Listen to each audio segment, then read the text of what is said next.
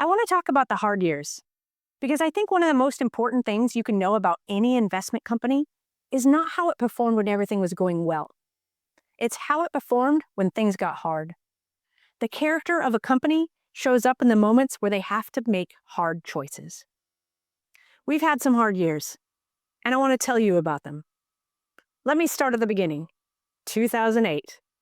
Flip and I had just gotten out of the yard auction business. That was our career together on cruise ships. The financial crisis hit, the worst economic collapse since the Great Depression, where the housing market crashed, banks failed, and millions of people lost their savings and their homes. We lost work almost overnight. And that's when this company started. Not from a position of abundance, from necessity, from a decision to build something real, something that would hold up, even in the middle of one of the worst economic environments in modern history. 2008 was a year that almost broke us before we actually got started. And I'll tell you what it did instead. It built a discipline we still operate from today. It taught us to build structures that could survive the hard times, not just the good ones. Now COVID. Here's what 2020 looked like for us. We had investors and properties in various stages of renovation and operations. And suddenly, nobody knew what the world was going to look like in 6 weeks, let alone 6 months. But during that time, we made a commitment to our team and to our investors. We were going to make it through without ever having to let people go or letting the business get off track.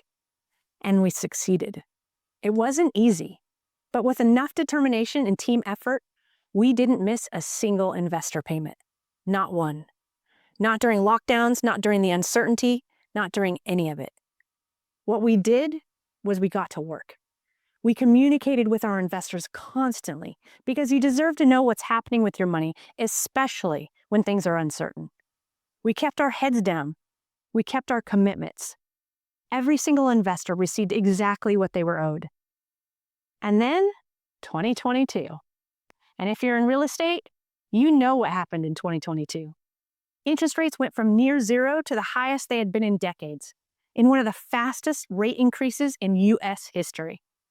And for operators who were carrying variable rate debt, meaning debt where the interest rate moves with the market, this was devastating. We saw operators who had great looking returns in 2021 suddenly in serious trouble in 2022. We weren't over-leveraged, and because we stayed focused on needs-based assets like workforce housing, we made it through. That said, 2022 was not easy. No one who is honest will tell you that 2022 was easy. What I can tell you is that distributions kept on coming every quarter as promised. Now let me tell you about a deal-level failure, something that had nothing to do with the economy.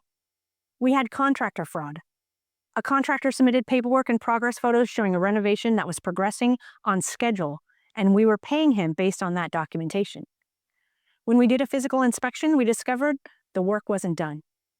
He had been billing us for work that was not finished. Here's the decision we had to make.